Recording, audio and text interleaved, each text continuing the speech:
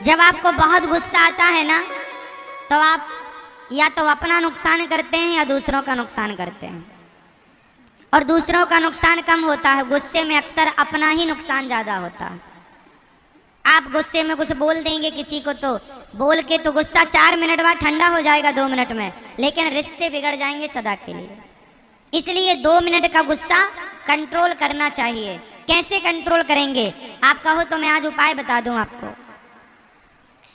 देखो, गुस्सा जो है कैसे कंट्रोल हो सकता है, मैं एक उपाय बताता हूं। जब आपको बहुत गुस्सा आए उस समय क्या करना चाहिए आपको, क्या करना चाहिए? आज मैं आपको एक छोटी सी एक्सरसाइज बताता हूं। यदि वो कर लोगे तो आपको गुस्सा आएगा, लेकिन गुस्सा आपका बिगाड़ कुछ नहीं सकता। यदि आपने मेरी बताई बात मानी तो उपाय बता दूं। गुस्सा कुछ नहीं बिगाड़ेगा फिर आपका। ये उंगली उठाओ, एक, मैया ऐसे ना उठाओ, मेरी माँ ऐसे करो, इसे यहां रखो। जब बहुत गुस्सा आए तो ये उंगली उठाना है और यहां रख लेना हो, चुप रहना, कोई उत्तर नहीं, कोई प्रतिक्रिया नहीं। अभी गुस्सा आपको है, थोड़ा ठंडा हो जाने दो, ठंडा हो जाने दो। कोई आपको गाली दे रहा है, कोई आपको अपमानित कर रहा है, तो तुरंत उत्तर ना दीजिए।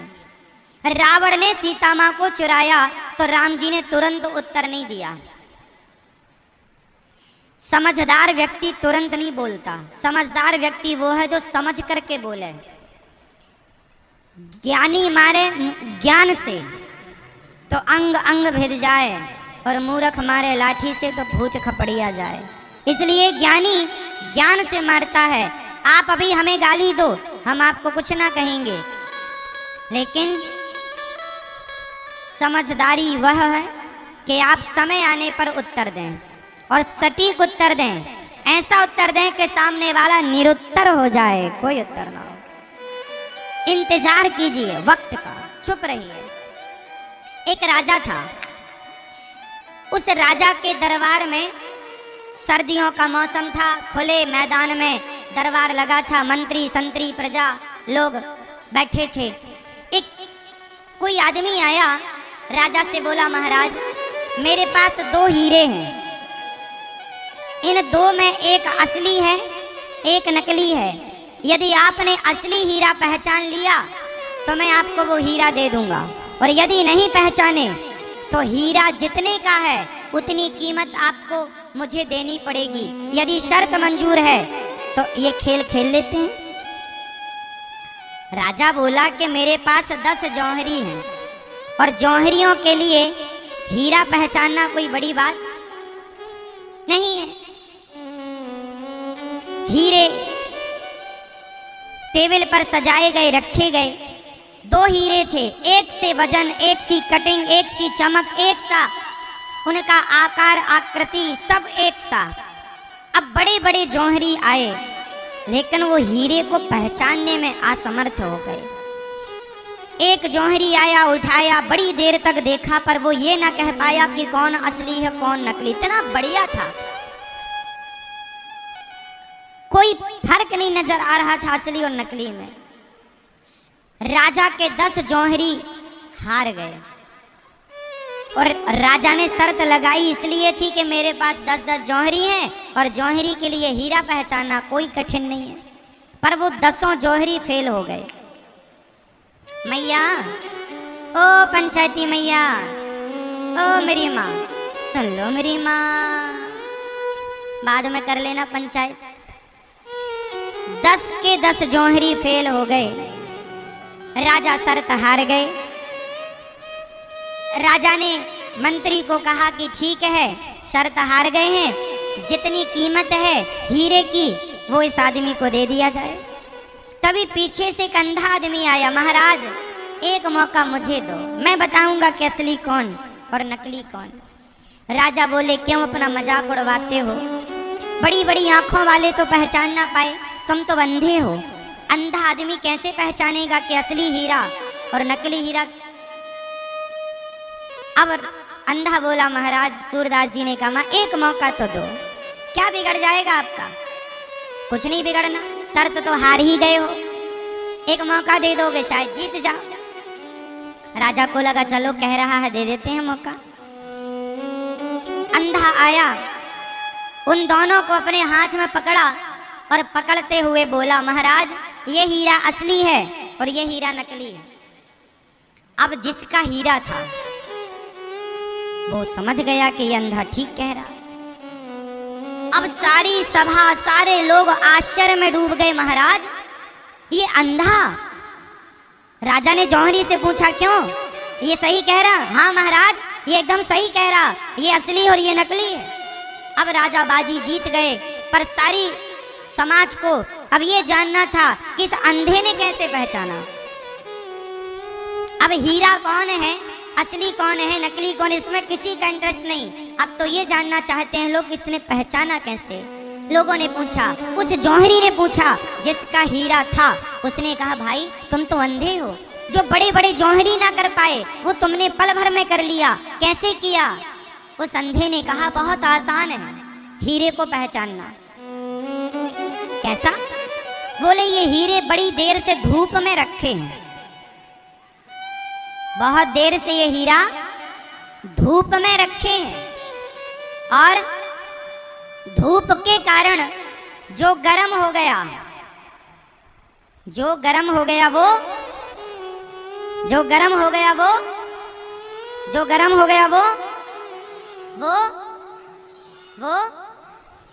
जो गर्म हो गया वो नकली है, और जो धूप में भी ठंडा रहा वो असली है। उसने तो पहचान लिया अंधा होकर भी। जो हीरा होता है ना वो ठंडा रहता है, धूप में भी रख दो आप तो वो ठंडा ही रहेगा। धूप में पत्थर गर्म होता है, ये नकली गर्म हो गया, हीरा नहीं गर्म होता। बस अब यहाँ आपको मैं समझाना ये चाहता हूँ कि आप में से कुछ लोग बात बात पर गर्म हो जाते हैं, बात बात पर आपको गुस्सा आता है, बात बात पर आप गर्म हो जाते हैं। और याद रखना, जो जरा जरा सी देर में, हर छोटी सी विषम परिस्थिति में जो गर्म हो जाए वो पत्थर हो सकता है साहब। जो हर स्थिति में शांत रहे, ठंडा रहे, वो असली हीरा होता है। इंसान भी एक पत्थर जैसा होता है, एक हीरे जैसा होता है। आप क्या बनना पसंद करेंगे? हीरा? तो हीरा ठंडा होता है, और आप लोगों ने अभी हाथ उठा के बताया कि हम गर्म हैं, गुस्सा बहुत आता। जिसको गुस्सा बात बात पर आए, नाक में रखा, मतलब ये सब पत्थर हैं, नकली।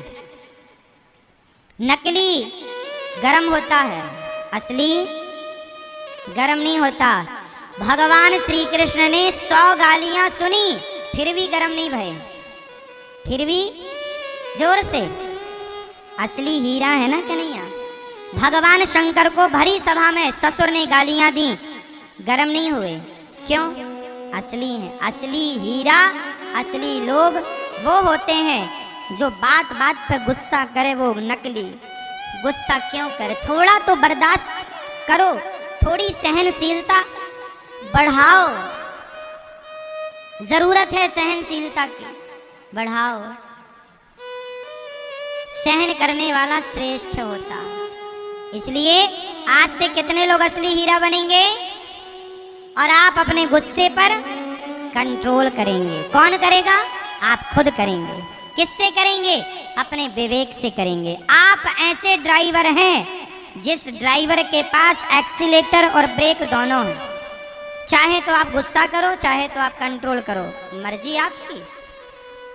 और जिस जीवन में संयम ना हो वो जीवन जीवन नहीं है।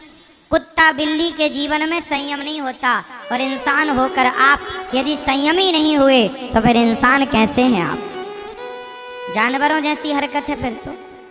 संयमी बनो। देखना इंद्रियों के ना घोड़े बढ़े, इनमें संयम के हरदम ये कोड़े पड़े। अपने रथ को सुमार्ग लगाते चलो, मन से गोविंद गोपाल गाते चलो। कोई आपकी वाणी से प्रसन्न हो गया तो बताओ आपका नुकसान क्या है? ये जो आपका मुंह है ना, आपकी जिह्वा कितने इंच की है? जरा बताओ मेरी माँ, आपकी जिह्वा कितने इंच की